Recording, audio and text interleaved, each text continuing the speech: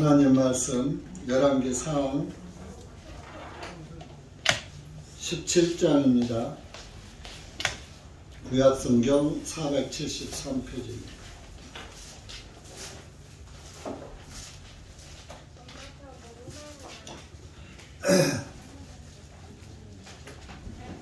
(1절부터)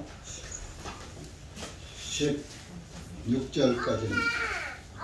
열왕기상 17장 시작. 이에 기르앗의 거주민들에 속한 디셉 사람 엘리야가 아합에게 말하기를 내가 그분 앞에 서서 섬기는 이스라엘의 주 하나님께서 살아계시거니와 나의 말에 의하지 아니하고 수년 동안 이슬도 내리지 아니하겠고 비도 오지 아니하리라 하니라.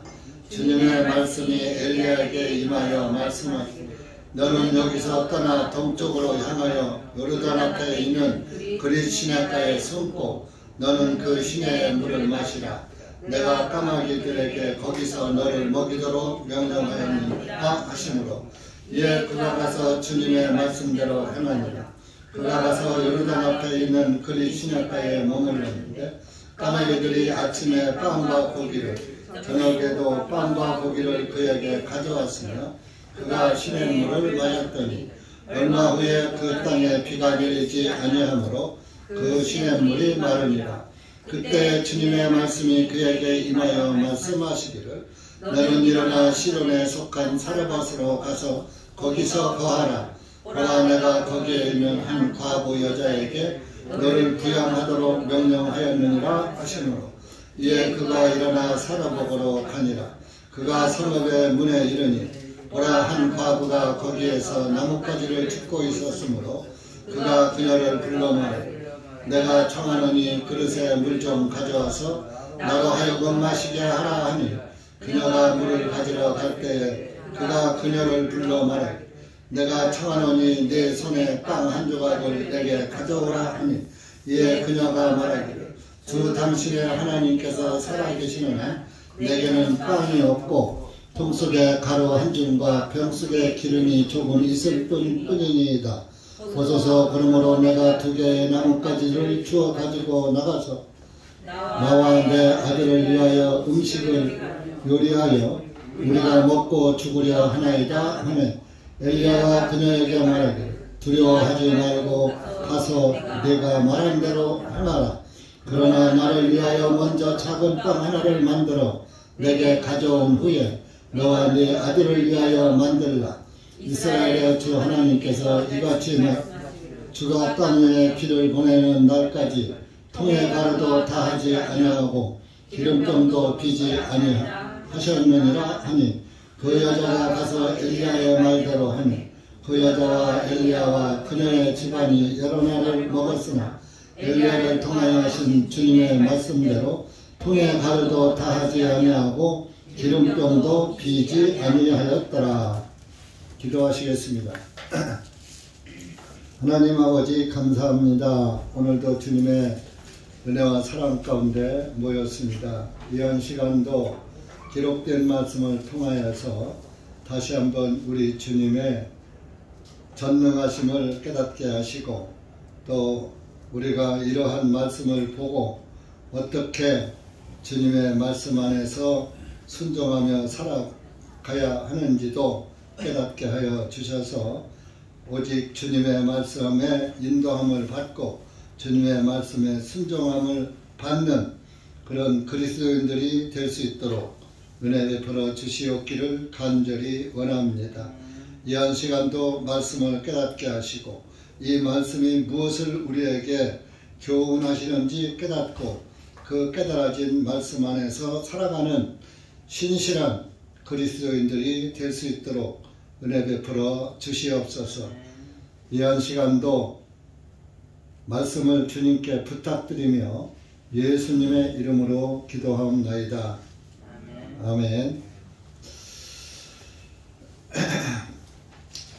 벌써 23년도의 두 번째 주일이고요. 또 이달에는 또 이제 음력 구정 서울까지 또 들어있는 달입니다. 금년에는 절기가 좀 빨라요. 대신 왜 빠르냐? 유운달이 껴서 그래요. 음력으로 2월달에 유운달이 꼈기 때문에 2월달에 2개란 얘기죠.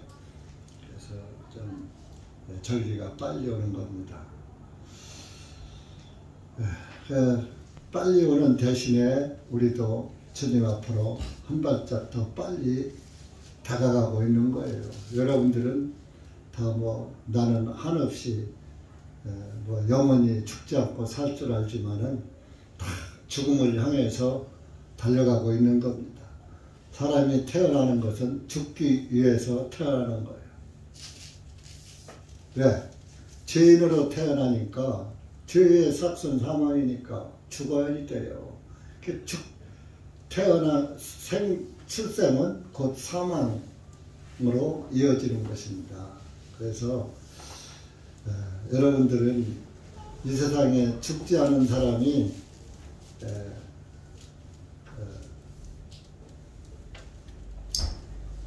성경에서 는 두 분을 말하고 있어요. 에녹이라는 구약시대에 에녹이 300년 동안 주님과 동행하다가 하늘로 데려감을 받았다 하는 그 말씀이 있고요. 또 오늘 읽은 그 엘리야 선지자는 또 죽음을 보지 않고 하늘나라로 하늘에서 내려온 분수레를 타고 하늘로 올라간 그런 선지자입니다. 근데 이제 최근에 지난번에 우리가 자료를 통해서도 봤죠. 사도 바울도 죽음을 보지 않고 하늘로 엘리야를 태워갔던 분수레가 내려와서 죽음 직전에 데려갔다. 그런 자료도 우리가 봤고 성경에도 있었는데 사탄이 삭제했다. 그런 내용의 자료였습니다. 어쨌든 모든 사람은 다 죽음을 안고 살아가는 거예요. 언제 죽을지 그 죽음의 날짜만 다를 뿐이지. 근데 그 날짜는 각자가 다르죠. 얼마 전에 이태원 사건에서도 젊은 청년들이 갑자기 많이 죽었고 그 이후로도 젊은 사람들 엊그저께는 대학생 하나가 10대 운전자에게 치여서 사망하는 그런 또 뉴스도 보고 이렇게 사망은 우리를 향해서 달려오고 있다 이겁니다. 그렇기 때문에 여러분들이 구원을 받고 살아가셔야지 됩니다. 언제 죽음의 덫이 임할는지 아무도 모르는 거예요.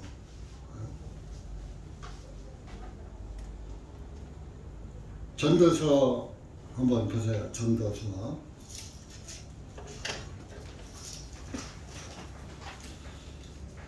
전도서 9장 보세요. 9장.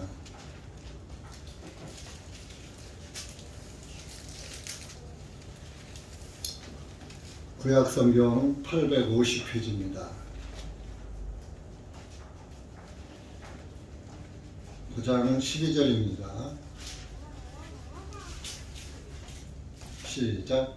이는 사람 또한 자기의 때를 알 수 없기 때문이니 마치 물고기들이 재앙의 그물에 걸리고 새들이 올무에 걸린 것 같이 사람의 아들들도 재앙의 때에 그것이 그들에게 갑자기 임하면 올무에 걸리는도다. 갑자기 죽음의 사망의 올무에 걸린다 이겁니다.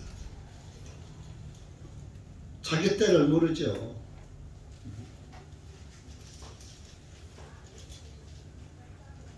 그래서 너희는 내일 일을 자랑하지 말라 그랬어요. 잠언 27장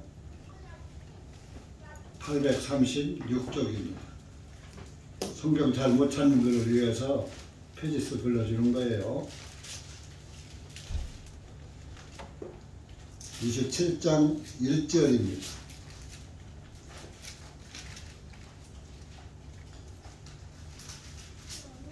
여러분들 성경을 잘 못 찾는 분들은 집에 가면 성경을 좀 많이 읽어요. 그러면 성경이 손에 익으면 착착 찾는 거예요. 예배당에 한번 왔다 가면 그 다음 주 나와서 피면 성경 잘 못 찾는 거예요. 시작. 너희는 내일 일을 자랑하지 말라. 하루 동안에 무슨 일이 일어날지 내가 알지 못함이니라. 내일 일을 자랑하지 말라는 거예요. 하루 동안에 무슨 일이 일어날지 알지 못한다. 그것이 인생이에요. 우리 인생.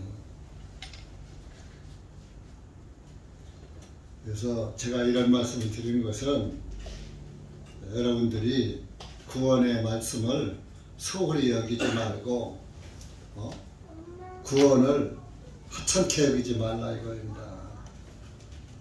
구원을 소홀히 여기면은 피하지 못한다고 그랬어요. 뭐를? 심판을.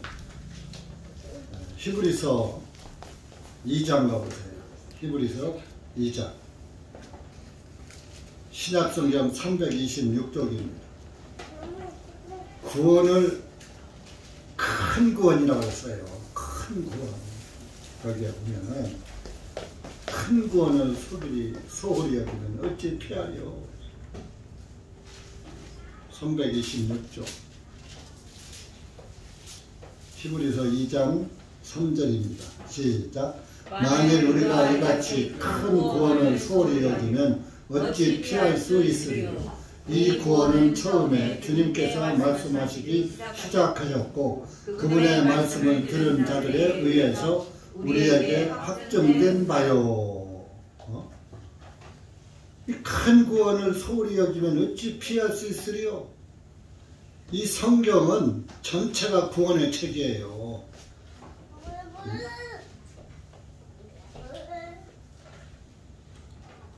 이 성경을 소홀히 여기면 피하지 못한단 말이에요.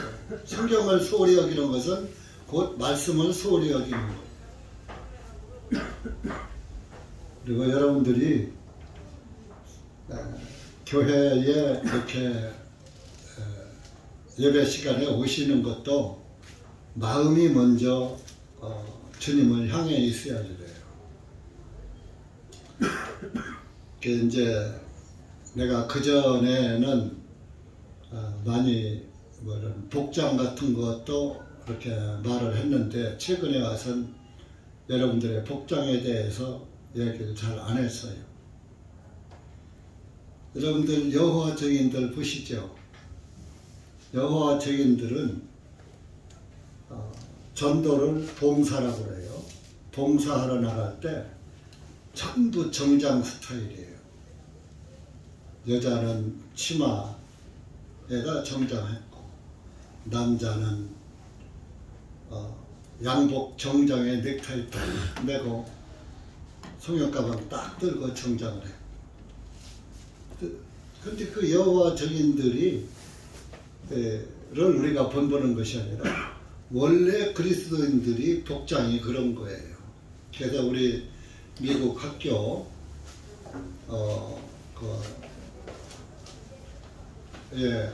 가면은 그 토니의 목사님 교회, 거기는 여러분들 미국 사람들이 굉장히 개방적으로 알고 계시지만 거긴 가면은 지금도 예배당에서 앉을 때 지금 우리는 막 섞어 앉았잖아요. 한쪽은 형제, 한쪽은 자매, 따로따로 앉는 거예요. 형제자매. 그리고 어린 아이들까지도 남자아이들은 넥타이 전부 메고 오고 또 자매들 전부 바지 입은 자매 하나도 없고 전부 농 치마, 긴 치마를 입고 바지가 없어요. 바지가. 그 메칸델리스 목사님이라고 우리 교회도 몇 번 오셨죠? 그 사모님 오실 때 보면은 젊은 사모인데 지금은 이제 뭐 50이 넘었죠. 그때만 해도 와서 뭐 젊은 사모인데도 긴 치마, 미국 사람, 청바지 쪼가리 하나도 없다.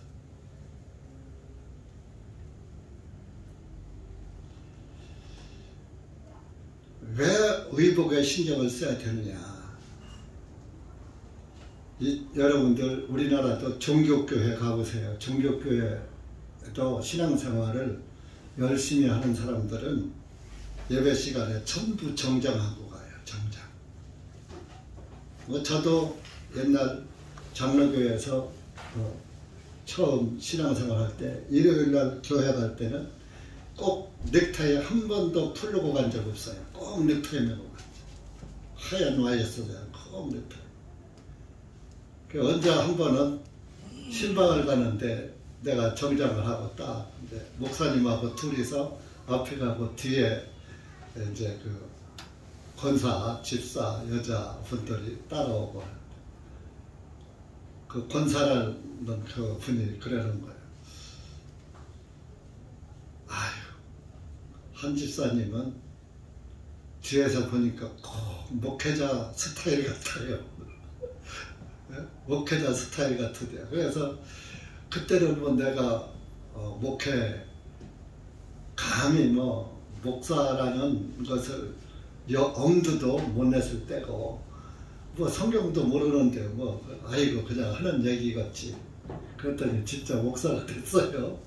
뭐 예언한 건 아니지만은 스타일이 뭐 목사를 만드는 건 아니지만은 이제 그런 얘기를 들었어요. 제가 만약에 정장을 안고 점바떼기 입고 남방 쪼가리나 걸치고 이렇게 갔다면은 그런 말을 들을 수가 없었겠죠. 그러니까 그 점잖은 그 옷차림이 목회자 스타일로 비쳤던 거죠. 이제 옷을 뭐 어떻게 입든 마음이 중요하지만 왜 하나님 말씀을 받으러 갈 때 내가 옷을 잘 정장을 차려입고 가면은 마음이 그만큼 하나님을 경외하는 마음이 들어있는 거예요. 여러분들 만약에 청와대에서 대통령이 한번 초청을 했다고 칩시다. 여러분들 어떻게 할까요? 지금 뭐 현재 이런 차림으로 갈까요? 그냥 목욕하고 머리도 싹 손질하고 아마 전부 정장 차림으로 갈 거예요. 제가 그 전에 서울 살 때 어떤 그 호텔에 한번 갔어요.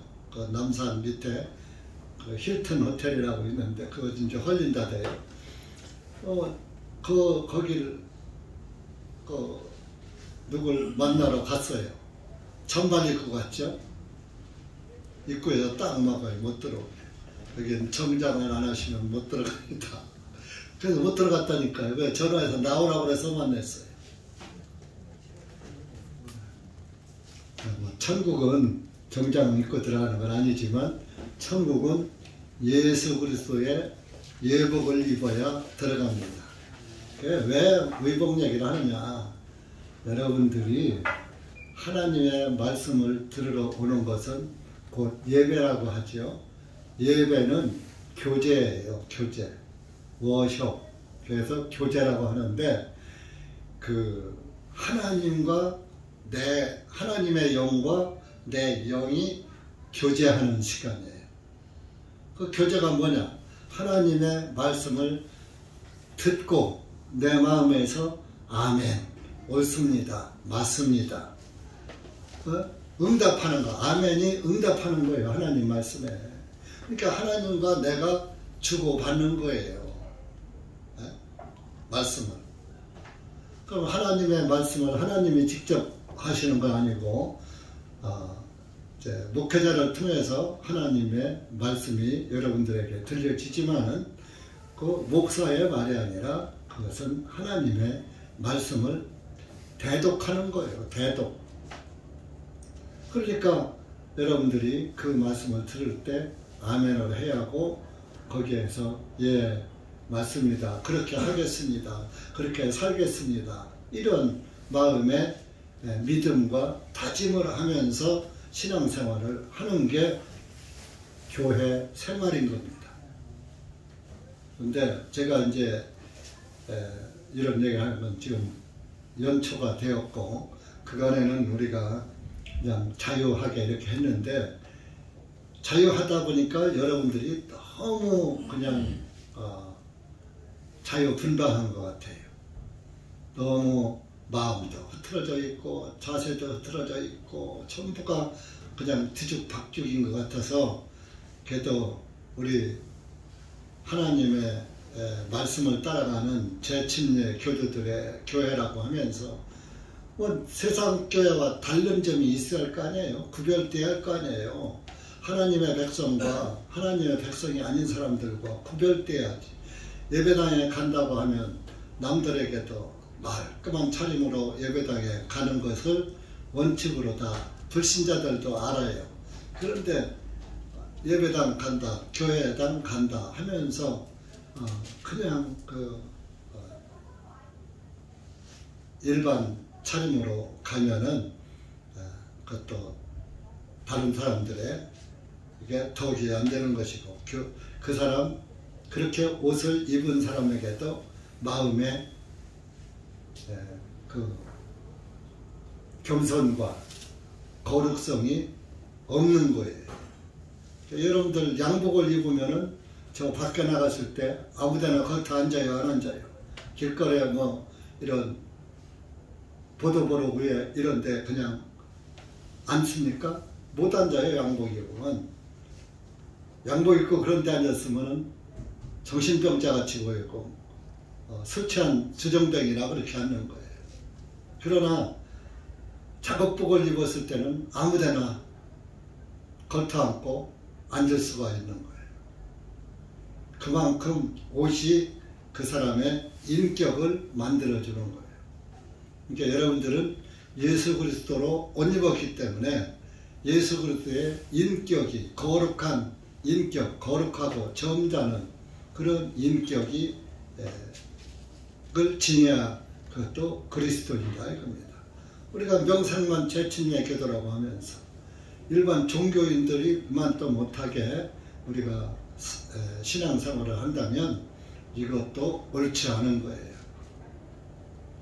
그래서 다 여러분들이 다 어른들이고 다 상식적인 것을 지닌 분들이지만 신앙생활의 규범을 알려드리기 위해서 이 말씀을 하는 겁니다.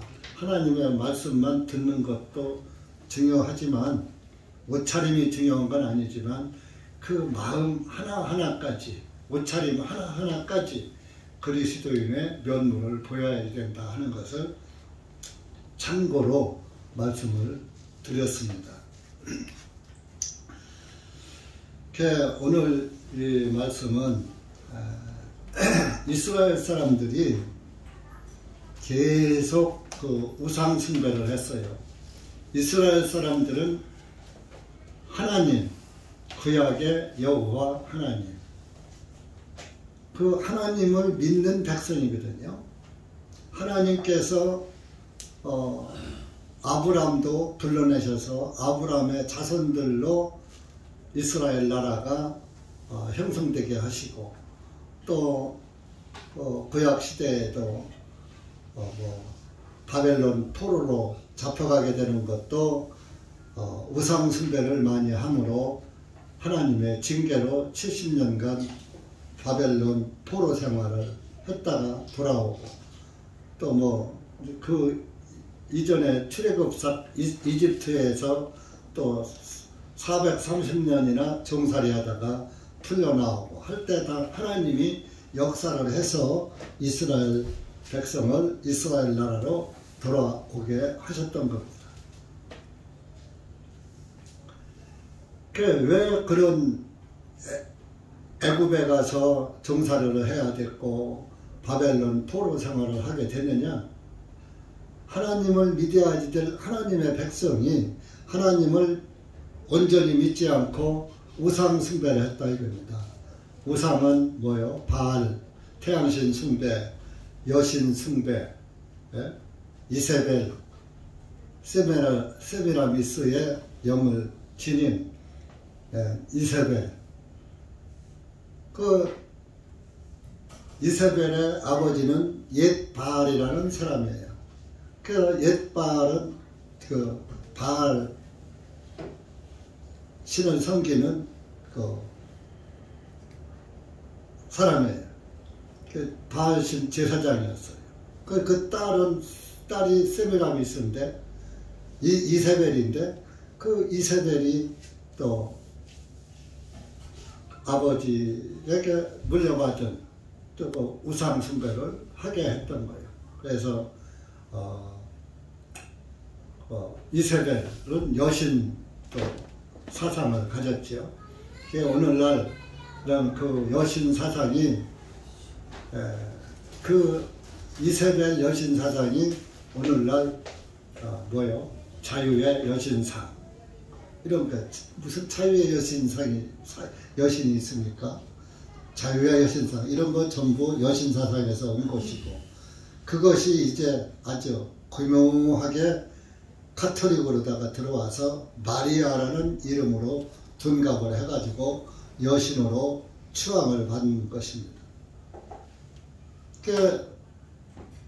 로마 카톨릭 신자들은 그 마리아 신상에게 들어오며 나가며 경배를 해요. 마리아 여신을 섬기는 겁니다. 예수님의 어머니로 둔갑해서. 그리고 우리나라에도 자, 사람의 생명을 누가 주관하십니까? 하나님이 하십니까? 세상 신이 합니까? 네? 그런데 우리나라에도 옛날에 태어나면 삼신 할머니가 점지해줬다. 삼신 할머니가 태어나게 해줬다. 그래서 삼신 할머니한테 밥 해놓고 미역국 끓여놓고 산모가 빌어요. 우리 어머니 시대에 그랬어요. 비나이다. 삼신 할머니께 비나이다 하면서. 제가 봤어요. 어떤 사람은 기도를 할 줄 모르니까 미역국 끓여놓고 밥 해놓고 손바닥 싹싹 비벼오며 그죠? 잘되게 해달라 소리가 안 나와고 그죠? 음원 했다는 거예요. 기도가 안 나오니까 그저 잘되게 해달라 소리가. 옛날 사람들은 문명이 많잖아요. 배우질 못했잖아요. 그러니까 이런저런 언변도 약했던 것이죠. 그래서 이스라엘 사람들은 그런 아주 전능하신 그 하나님을 믿는 백성이 자기들을 이집트에서 불러냈고 포로에서 불러냈고 이런 그 하나님을 제대로 믿어야 하는데 믿지 않고 하나님은 눈으로 보이지 않잖아요. 근데 우상신은 눈으로 보이잖아요. 자, 오늘도 우상 숭배하면 제일 대표적으로 뭐요? 불교를 말할 수 있죠. 그럼 불교에 절에 가면은 우선 보이는 신상이 있어요. 석가모니, 관세음보살, 미륵보살, 하여튼 부처도 많아. 흙덩이로 사람의 모양을 만들어 놓고 금분 칠해놓고 그 앞에 가서 얼마나 절에 가는 사람들 보세요. 아까 옷 얘기했죠. 절에 가는 사람들도 절에 갈 때는 목욕제게 싹 하고 옷 싹 갈아입고 불공 드리러 가요. 그럼 우상 숭배자들도 그런데 하나님 섬기는 사람들은 교회 올 때 단정하게 정결한 마음으로 와야지 되는 거 아니에요? 그죠? 기쁜 마음으로, 즐거운 마음으로. 오늘은 하나님의 말씀, 어떤 말씀을 들을까 설레는 마음으로 와야지 되는 거예요. 우상 숭배자들 그러잖아요. 보이는 것을 보고 믿으니까 절에 가서 보면요 엄숙해요. 그 법당 안에 대웅전 법당에 여러분들 가보셨죠? 안 가보신 분 있겠지만 얼마나 숨소리도 안 들려요. 얼마나 그 절에 가면 정숙이라고 써붙였어요. 정숙해야 한다. 근데 우리 교회다가 뭡니까? 돗대기 시장이에요. 완전. 네? 그래서 여러분들이 마음이 중요하다는 것 좀 아까 말씀드렸고, 이렇게 보이는 신상을 보고 믿는 것은 쉬운 거예요. 그러니까 눈으로 보이는 것을 믿으면서 그것에 절하기를 사람들은 좋아하는 거예요. 하나님은 보이지 않으니까 하나님이 계신가 아니 계신가. 이스라엘 사람들은 참 어리석었던 거예요. 그렇게 자기들이 하나님의 그 인도하심을 따라서 자기 조상들이 이렇게 살아왔는데 그것을 못 믿고 사람의 손으로 새겨서 만든 우상 숭배를 해왔다 이겁니다. 그래서 하나님께서 이스라엘 땅에 징계를 내리시는 거예요. 징계가 뭐예요? 기근을 흉년 들게 만드는 거예요. 흉년이 뭐예요? 비가 안 오게. 기근이라고 하죠. 기근. 비가 안 오면은 흉년이 들으니까 줄이고 배고픈 거예요. 허기지는 거예요. 그래서 엘리야 선지자에게 하나님이 말씀을 한 거예요. 너는 이스라엘 사람들에게 가서 말을 해라. 응? 엘리야에게 이스라엘의 저 하나님께서 살아계시거니와 하나님이 살아계신다. 그런데 엘리야가 나의 말에 의하지 아니하고서는 수년 동안 이슬도 내리지 아니하겠고 비도 오지 아니하리라 하니라. 1절에 그랬어요. 내가 하나님께 기도하지 않으면 수년 동안 이슬도 안 내리고 비도 안 내린다.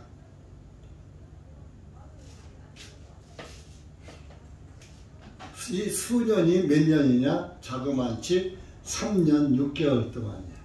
3년 6개월은 곧 42달이에요. 날짜로는 1260일이에요.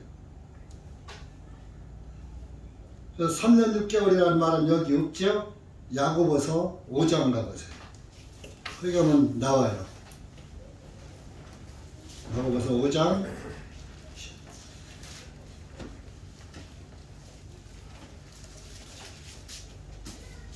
17절 신약 344페이지입니다.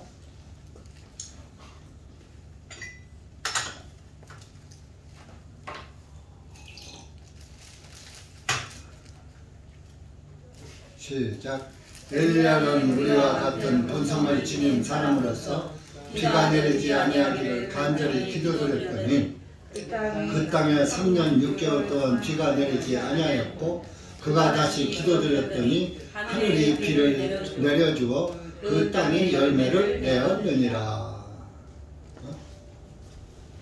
3년 6개월이라고 나오잖아요. 엘리야는 우리와 같은 본성을 지닌 사람이다. 엘리야는 저와 여러분과 똑같은 사람이에요. 뭐 하늘에서 뚝 떨어진 사람이 아니라 이겁니다. 저와 똑같은 사람이에요. 그러니까 엘리야의 하나님은 곧 나의 하나님이 되는 거예요. 예수님도 누가복음 4장에 말씀을 하셨어요. 누가복음 4장 가보세요.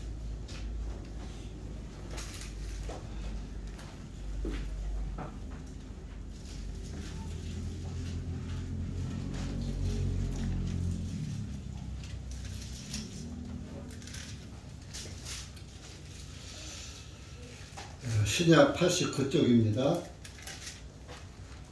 25절부터 27절까지 시작. 그러나 내가 너희에게 진실을 말한다. 엘리야의 날들에 하늘이 3년 6개월 닫히어 온 땅에 걸쳐 큰 기근이 들었을 때 이스라엘에 많은 과부들이 있었으나 엘리야가 그중 시돈의 성읍 사렙다에 사는 한 과부 외에는 아무에게도 보내심을 받지 않았고, 거기까지만 읽으세요. 여기 시돈 사렙다 과부 얘기가 나오죠. 이게 바로 오늘 읽은 열왕기상 17장의 말씀입니다. 엘리야의 날들에 하늘이 3년 6개월 동안 닫혀서 큰 기근이 가뭄이 들었다 이거.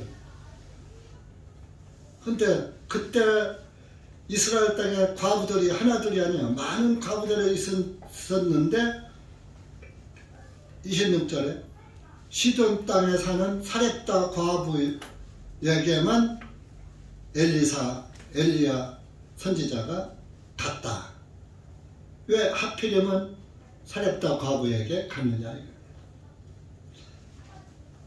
예전에는 과부하면 다 가난했어요. 그래서 성경에서 과부와 고아를 도와줘라. 과부와 고아는 도와줘야 된다. 도와줘라 그랬어.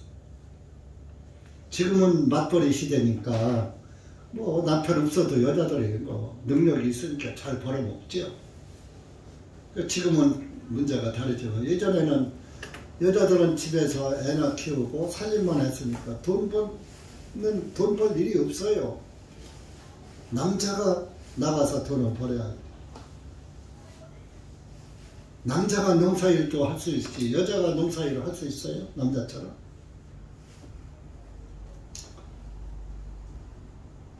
그래서 과부는 아주 가난한 것이 옛날에는 기본이었어요. 그래서 이렇게 3년 6개월 동안을 가물었어요. 우리나라도 지금 쌀이 나와 들어와서 어쩌고 하지요. 3년만 가물어서 흉년 들어봐요. 네? 쌀금이 그냥 금값이 될 거예요. 그리고 배고파서 난리 나요.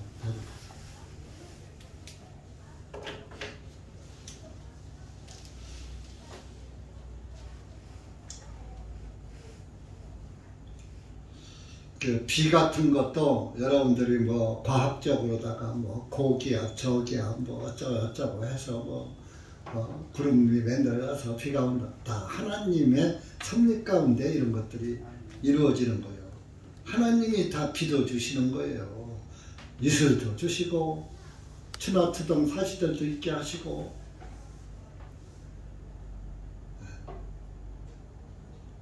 지금 뭐 인공강우라고 하지만 인공강우 갖고서 해결이 안 돼요. 얼마 전에 눈 오기 전에 저 호남 지방이 가물어가지고서 물도 식수도 제대로 없어가지고 제한급수하고 급수차로 가서 물을 배급주고 그랬는데 눈 와서 지금 어떤지 모르겠어. 하나님이 비를 안 주시면 가뭄 속에 살게 되는 거예요. 에레미야 14장 가보세요. 에레미야 14장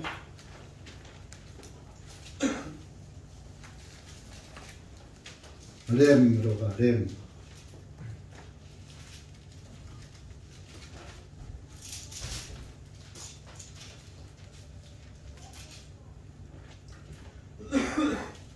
14장 22절 952페이지입니다. 22절 952페이지 시작. 이방인들의 헛된 것들 가운데 비를 내리게 할 수 있는 자가 있나이까? 아니면 하늘들이 소나기를 줄 수 있나이까? 오 주님 우리의 하나님이시여 주님께서 그분이 아니시니까 그러므로 우리가 주님을 기다리오니 이는 주님께서 이 모든 것들을 만드셨기 때문입니다. 피를 주는 것도 하나님이 주시는 거예요. 그래서 옛날에는요, 우리 할머니 시대만 하죠. 우리 어머, 아이고, 오늘은 비가 오시려나 가물면은 왜 이렇게 비가 안 오시지?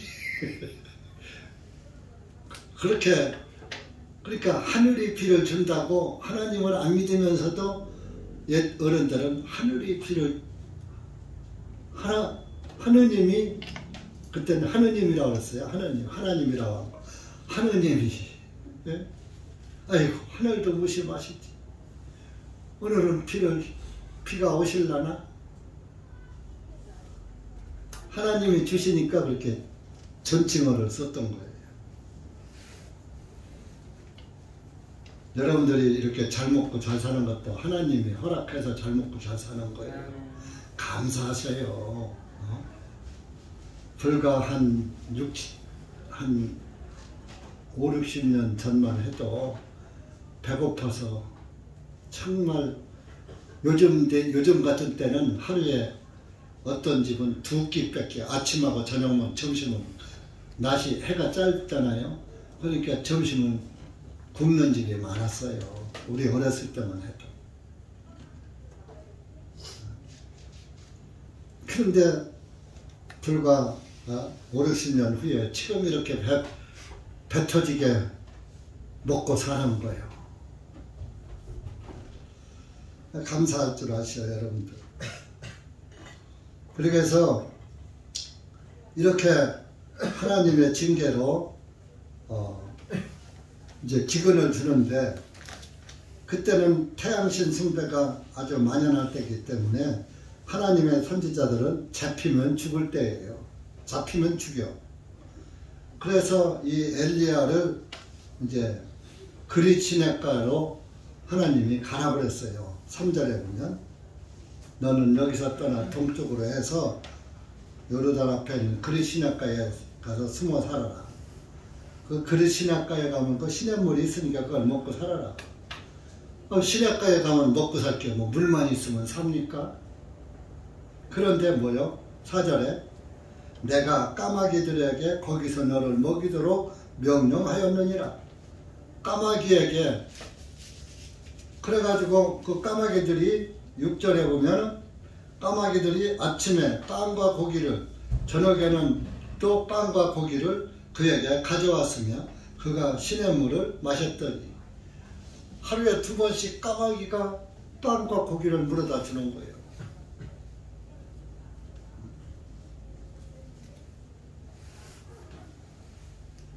그런데 그것도 이제 3년 6개월 동안 그걸 가물다 보니까 그 시냇물도 마르게 되더라 이겁니다. 7절에 얼마 후에 그 땅에 비가 내리지 아니하므로 그 시냇물이 마르니라. 시냇물이 말랐어요. 말르니까 이제 그 엘리야도 물이 없으면 살 수가 없잖아요. 지금처럼 뭐 관정을 털 때도 아니고.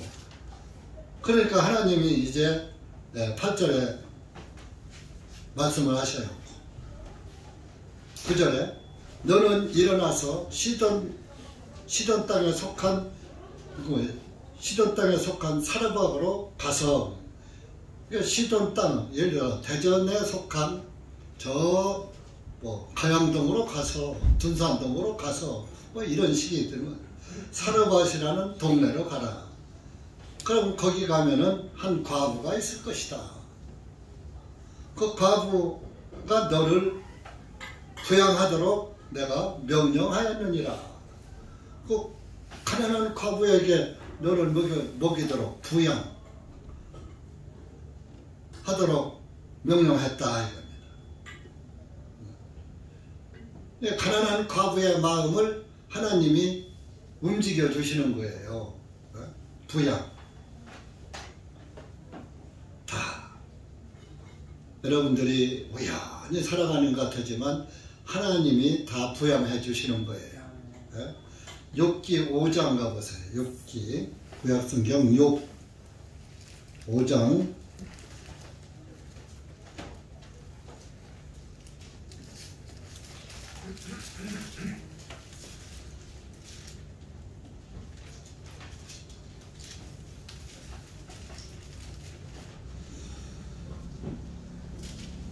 늑기 5장 20절부터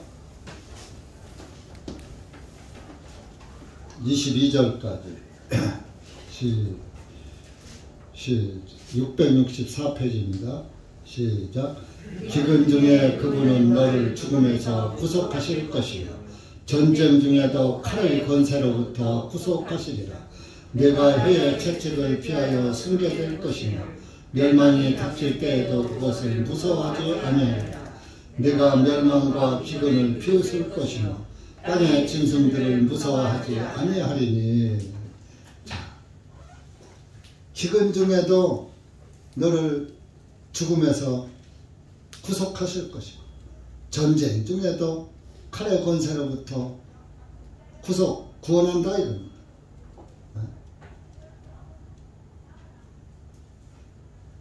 22절에는 내가 멸망과 기근을 비웃을 것이며, 기근이 와도 기근을 비웃어 그 사람에게 하나님이 먹여 주실 양식이 있으니까 기근을 비웃는다. 암만 가물어봐라 나는 안 죽는다. 먹을 거 있다.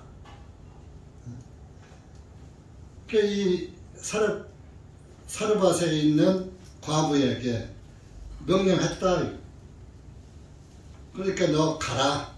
그래서 이제 시냇가에서 10절입니다. 본문. 일어나서 사르밧으로 갔어요. 가서 보니까 어떤 한 과부가 거기서 나무를 가지를 줍고 있더라. 나무를 하고 있다 이겁니다. 그래서 이제 엘리야가 그녀를 불러서 내가 청하노니 그릇에 물 좀 가져와서 나로 하여금 마시게 하라. 가물으니까 물이 귀하죠. 나에게 물 좀 달라. 가뭄에 물 달라는 것도 참 어려운 부탁인데, 이제 물을 가지러 가요. 그러니까 그가 또 물 가지러 가는 그 여인에게 내가 너한테 청하는데 내 손에 빵 한 조각을 내게 가져오라. 빵도 다고 물만 가져오냐고 먹을 빵도 달라. 그러니까 12절에 그 여자가 하는 말이 하나님이 살아계시지요. 나는 거짓말. 하나님이 살아계시는 하늘을 두고서 지금 말하는 거예요. 하나님이 아신다 이거예요. 내게는 빵이 없고 한 통 속에 가루 한 주먹과 병 속에 기름이 조금 있을 뿐이라 난 빵이 없어요. 이제 밀가루통에 밀가루 한 주먹에 밀가루와 기름병에 기름 조금 남은 거 그거밖에는 내가 가질 것이라고는 그거밖에 없습니다.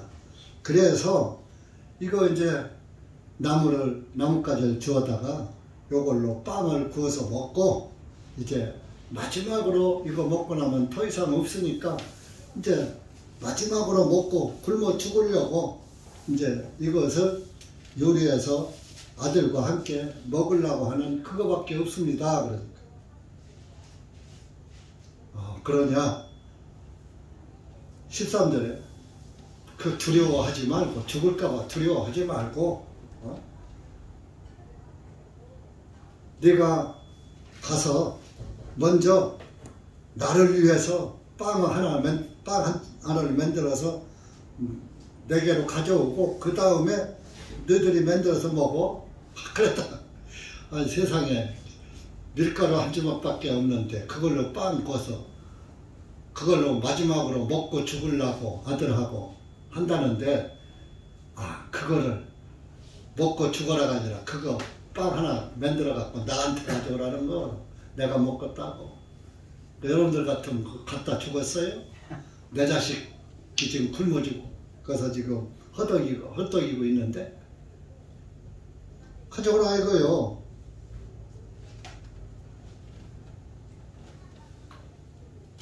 그러면서 말하는 거예요. 이스라엘의 14절에 이스라엘의 하나님께서 이같이 주가 땅에 비를 보내는 날까지 통에 가루도 다 하지 아니하고 기름병도 비지 아니하리라 하셨느니라. 너 두려워 말고 그걸로 빵 만들어 나한테 가져와. 그러면 하나님이 말씀하셨는데 네 밀가루통에 가루가 다 하지 아니하고 끝나지 아니하고 계속 남아 있을 것이고 그 기름병에도 기름이 끝나지 아니하고 계속 그 기름병에 기름이 남아 있을 것이다. 그러니까 빵 만들어 와. 자, 생전 처음 보는 그 옷도 뭐 깨끗이 잘 입었겠어요? 시내가에 가서 혼자 살던 호라비가 옷도 낭낭하게 입고 깨재재한 사람이 와가지고서 하나님 팔아가면서 빵 만들어 갖고 오라 그러면 여러분들 여기 지금 앞으로 우리 교회당에 노숙인이 하나 와서 하나님이 말씀하셨는데 나한테 어디 가서 먹고 입고 잘 수 있는 돈을 주라고 했어요 하고 와서 하나님 팔아서 얘기하면 누구 한 사람 지명해서 당신한테 그렇게 달라고 하라고 시켰어요 하면은 여러분들 좀 주겠어요? 어디서 저런 여학원 당했어요. 노숙인들한테. 교회당 문 열고 있으면 어김없이 찾아오는 것은 노숙인들이에요. 여기서는 아직 한 번도 안 왔어요. 여기도 왔구나. 작년에 와서 내가 좀 도와준 적이 있는데 한 번 도와주니까 안 오더라고. 나한테 거짓말을 했거든. 그래서 그 얘기를 하니까 이 여인은 거기에서 말대답을 안 했어요. 예 하고서 실제적으로 그 빵을 만들어다가 엘리야를 줬어요. 그 사람의 말을 믿고 하나님이 그 사렙다 과부의 마음을 움직인 거예요. 그냥 저 사람이 보통 사람이 아니구나. 하나님이 그렇게 한다고 했으면 하시겠지. 그런 믿음이 들어간 거예요. 그러니까 그냥 그 엘리야의 말을 듣고 빵을 갖다가 만들어서 밀가루 한 주먹이면 뭐 빵 하나밖에 더 만들어요. 그래서 그거 만들어다가 엘리야에게 줬어요. 죽어놨는데 밀가루 통에 밀가루가 그만큼 또 있는 거요. 그걸 또 만드니까 또 있는 거요. 이제 빵을 만들려면 기름으로 뭐 튀기기도 하고 이렇게 해야 하잖아요. 기름도 발라야 하고. 그러니까 기름병에 조금 있는 기름으로다가 섞어서 빵을 만들었는데 뭐 만들고 나면 가루가 또 나오고 그만큼 또 있고 기름도 딱 마지막으로 쓰고 나면 그만큼 또 채워져 있고 날마다 그걸로다가 해면서 엘리야 선지자가 해주고 또 나면 또 그만큼 있으면 또 갖다가 자기 거 만들고 또 생겨서 또 아들 거 만들고 하면 계속 밀가루 통에는 밀가루가 계속 생기는 거예요. 기름병에는 기름이 계속 그만큼 남아있는 거예요. 그러니까 다른 사람은 다 가뭄에 굶어 죽어도 흉년에 굶어 죽어도 이 모자와 엘리야 선지자는 딸마다 배불리 먹고 사는 거예요. 이게 하나님의 은혜예요. 자, 여러분들도 다 이렇게 이제 직장 생활을 하든 돈을 벌든 뭐 해서 사업을 하든 딸마다 먹고 생기잖아요. 이게 이제 돈 다 떨어지만 하면 또 월급 날 들어와서 또 생기고 그 내가 잘나서 생기는 게 아니라 하나님이 그렇게 벌게 해 주셔서 돈 버는 거예요. 내가 능력이 좋아서 버는 게 아니라 하나님이 그렇게 벌도록 좋은 직장도 알선해 주시고 좋은 사업도 잘 되게 해 주시고 하나님이 주셔서 여러분들도 그렇게 사는 거예요. 사업하다가도 망하는 사람이 얼마나 많아서 망해서 사업하다 노숙인 노릇하는 사람도 많아요. 직장 생활을 하다가도 직장 잘려가지고 노숙인 하는 사람도 여러 봤어요. 저도. 여러분들 그렇게 안 하는 거 얼마나 감사한 일이에요. 아들, 딸 낳고 잘 사는 것도 감사하고 여러분들 자녀들이 잘 사는 것도 감사하고 거기다가 구원까지 주셨어요. 여러분들이 이렇게 이 세상 삶을 살면서 알고 모르게 고의적이든 계획적이든 실수든 과실이든 간에 지은 죄도 우리 예수님께서 다 구속해 주셨잖아요. 용서해 주셨잖아요. 이게 다 하나님의 은혜 아니에요? 여러분들이 그 야고보서에 보면 일하지 않는 자는 먹지도 말라 그랬어요. 여러분들이 일을 해도 똑같이 일을 해도 풍족히 먹고 사는 사람이 있고 똑같이 힘들게 일을 해도 풍족하지 못하게 사는 사람이 있잖아요. 여러분들 주어진 일에 열심히 하니까 먹을 거 풍족하면 된 거예요. 그래서 성경에는 먹고 입을 것이 있은즉 족한 줄 알라 그런 말씀이 있는 겁니다. 왜? 하나님이 또 채워주니까 먹고 입을 거 있으면 하나님이 먹이고 입히실 것이니까 그렇게 생각하고서 살아가려고 합니다. 실제적으로 하나님은 그렇게 해주셨어요. 시편 37편 한번 찾아보세요.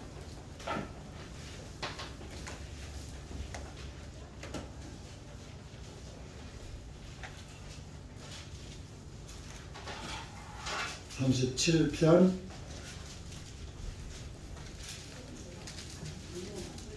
18절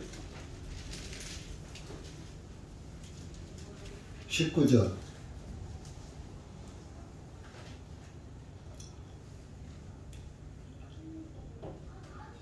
시작. 주님께서는 정직한 자의 날들을 아시나니 그들의 상속이 영원하리로다. 그들은 재앙의 때에 부끄러워하지 아니할 것이며 기근의 날들에 만족하리라. 여기 보세요. 19절에 기근의 날들에 만족하리라. 암만 가뭄이 들고 흉년이 들고 뭐 경제가 침체가 되고 IMF를 맞아도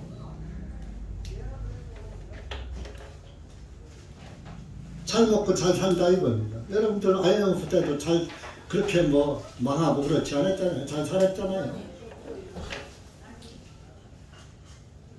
앞으로 이제 뭐 지금도 고금리에다가 또 이제 또 경제 침체도 온다고 그래요.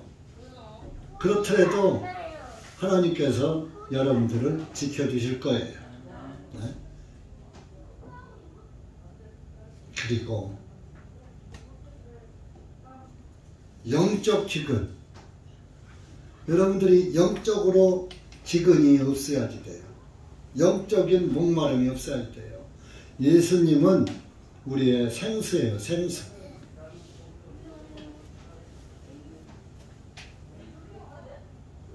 다시는 이 물을 마시면 다시 목마르지 않다. 내가 주는 물은. 요한복음 4장 가보세요. 요한복음 4장 신약 138페이지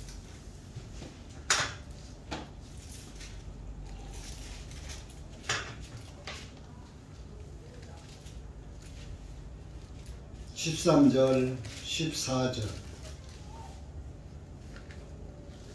시작.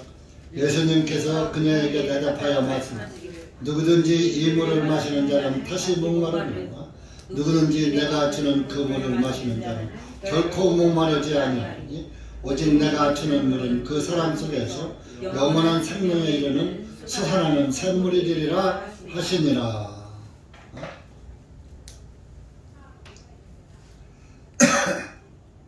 사마리아 여인에게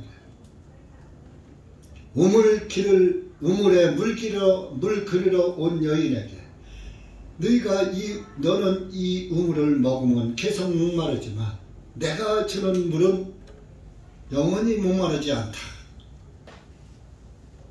세상의 물은 우리가 아무리 마셔도 계속 목말라요. 그래서 하루에 여러분들이 수십 번 물을 마시죠.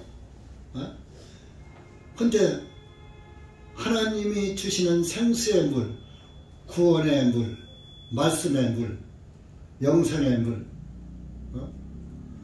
하나님의 물을 마시면 그 물은 말씀을 물로도 의미하고 생명으로도 의미하고 그럽니다. 물은 생명이잖아요.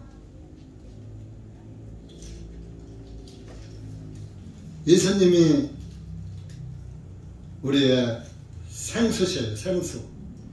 요한복음 7장 가보세요.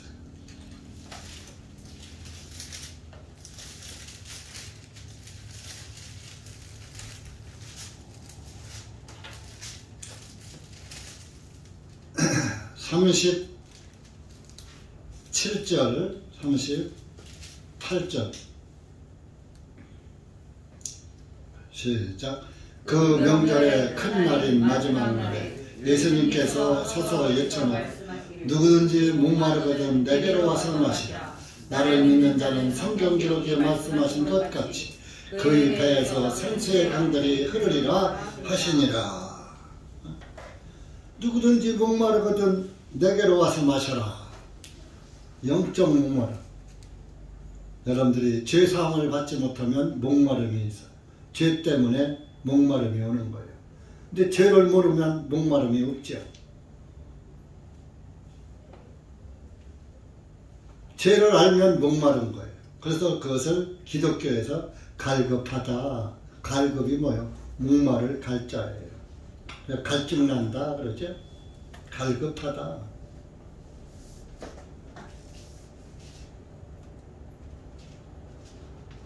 내게로 와서 마셔라. 예수님이 생수란 말이에요. 그럼 뭐예요? 예수님을 어떻게 우리가 마셔요? 예수님의 말씀을 들으라는 얘기입니다. 말씀을 들으면 그 배에서 생수의 강이 흐르리라. 이 생수는 곧 성령님을 의미하는 거예요. 말씀을 듣고 성령을 받으면 그 갈급함이 싹 없어져 버려요. 목마르지 않아요. 영적 목마름이 사라지는 거예요. 죄 때문에 염려할 필요가 없어지는 거예요.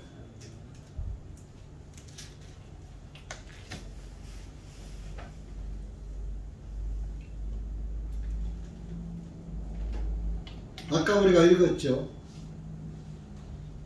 예수님이 와서 이스라엘 땅에 많은 과부가 있었지만 사렙다 과부에게 보냄을 받았다. 우리 대한민국에도 많은 죄인들이 많고 온 세계에 죄인들이 많지만 예수 그리스도의 복음이 여러분들에게 임한 거예요. 엘리야라는 뜻이 뭐냐? 그는 내 하나님 여호와시다. 그런 뜻이에요. 엘리야. 그 엘리야를 부양한 것은 곧 하나님을 섬긴 거예요. 하나님을 섬긴 것은 곧 뭐요? 하나님의 선지자들을 섬기는 것이 하나님을 섬기는 것이. 어떤 글에서 봤어요. 어떤 사람이 문둥이가 와서 동량을 달라고 하더래요.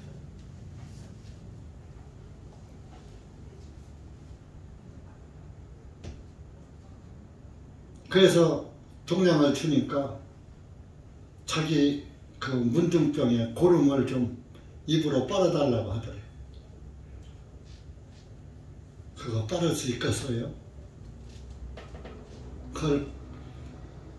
그래도 그걸 빨아줬다는 거예요. 그걸 빨아줬는데 그날 저녁에 밤에 그리고 빨아줬는데 그 사람이 없어졌더라는 거예요. 그때 그날 밤에 꿈에 예수님이 딱 나타나서 내가 나를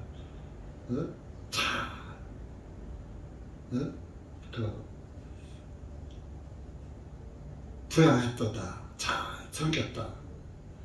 제가 주님을 언제 섬겼습니까? 어제 저녁에 그 나병 환자, 문둥 환자를 우리가 도와줬지 않았느냐. 그 문둥 환자가 바로 나였느니라 그랬더라고.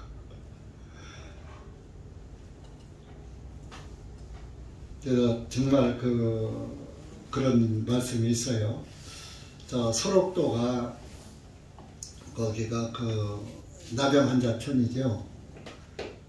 그 나병 환자촌에 그 유명한 그 목사님이 손양원 목사님이라고 돌아가셨지만 그분이 거기 가서 목회를 하면서 실제적으로 그분은 문둥병 들린 나병 환자의 고름이 질질 흐르는 그 고름을 입으로 빨아서 뱉고 그렇게 나병 환자를 돌봤다는 실제적으로 이 실화예요.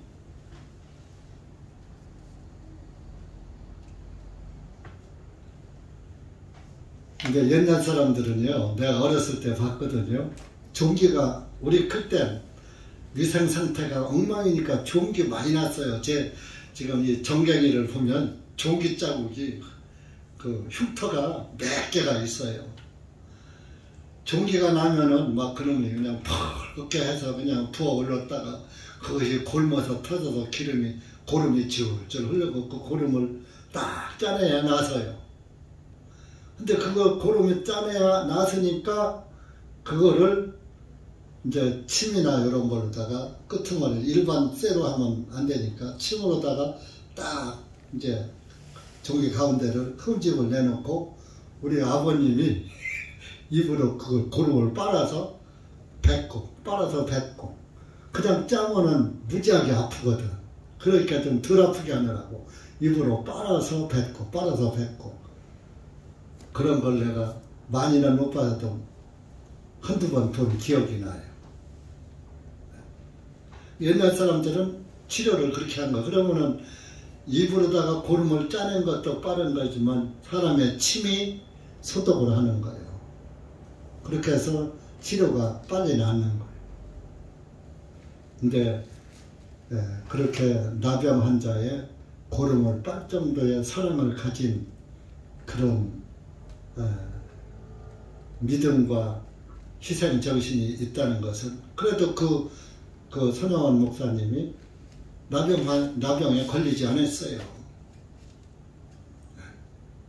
나병은 전염병이거든요. 그 고름이 그냥 이런 맨살에 묻으면 괜찮대요. 근데 내가 상처가 있잖아요. 상처가 있는데 그 나병 환자의 고름이 묻으면은 전염이 된답니다.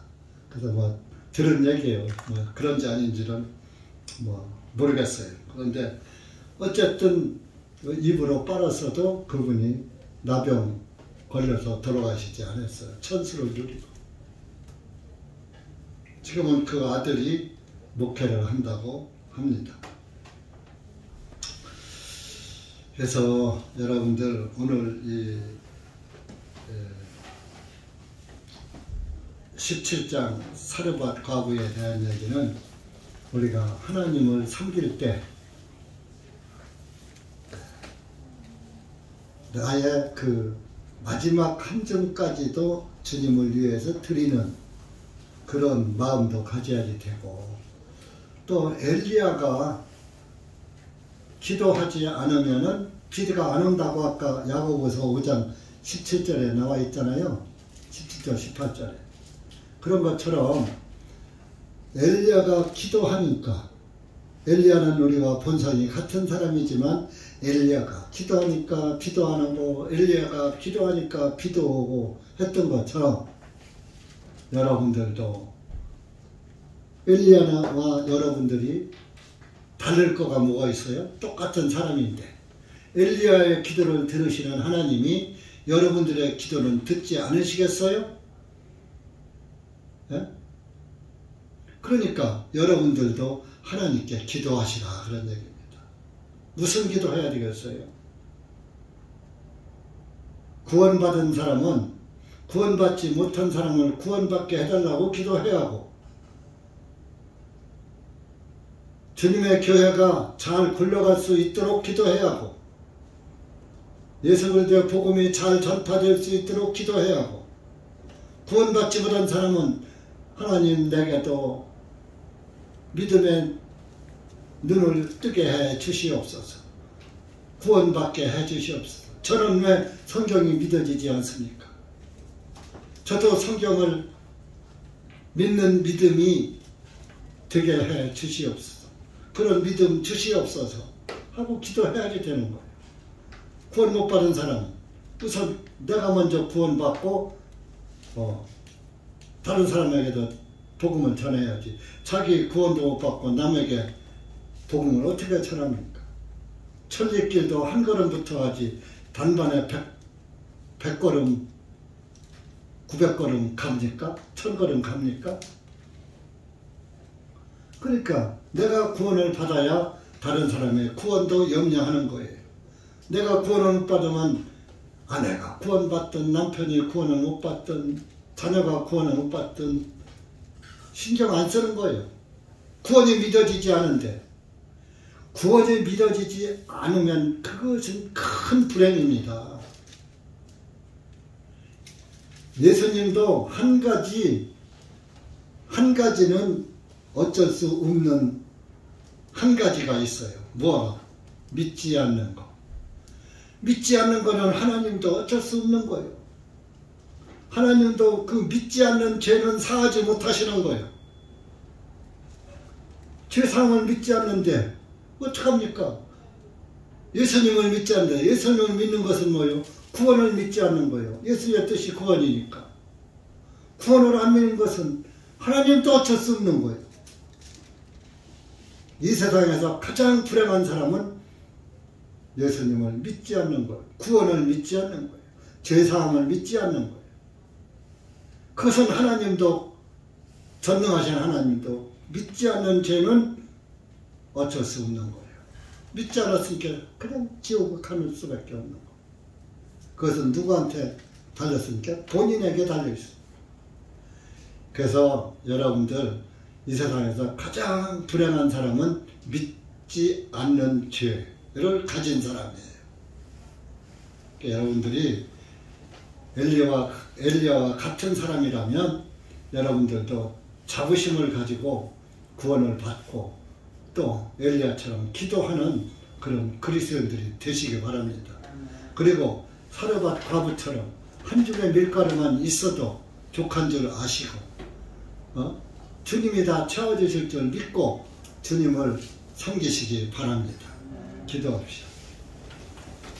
하나님 아버지 감사합니다. 우리가 오늘 열왕기상 17장 말씀을 가지고 사르밧 과부의 이야기를 보았고 엘리야의 기도를 보았습니다. 하나님 아버지, 우리는 엘리야와 본성이 같은 사람으로서 하나님을 섬기고 있습니다. 엘리야가 기도했더니 비가 안 내리고 기도하니까 또 비가 내린 것처럼 우리의 기도도 주님께서 들으실 줄 믿습니다. 여기 고개 숙인 사랑하는 우리 형제 자매님들 모두가 하나님께 기도할 줄 아는 그리스도인이 되게 하시고 또 사르밧 과부처럼 하나님을 섬기고 하나님의 선지자를 섬기고 복음을 섬기는 교회가 될 수 있도록 은혜 베풀어 주시옵기를 간절히 원하오며 여기 고개 숙인 사랑하는 우리 형제 자매님들 모두가 구원받고 예수님께 감사와 찬송을 잃지 않는 그리스도인들이 될 수 있도록 은혜 베풀어 주시옵소서. 어떤 어려움이 있고 어떤 기근과 고난이 올지라도 오직 주님만 믿고 의지하면서 나갈 때 주님께서도 함께하여서 지켜주실 줄 믿습니다. 여기 고개 숙인 사랑하는 우리 형제자매님들 끝까지 기억하시고 흔들리지 말고 주님을 소망 삼고 살아가는 그리스도인들이 될 수 있도록 은혜 베풀어 주시옵소서. 예수님의 이름으로 기도하옵나이다. 아멘.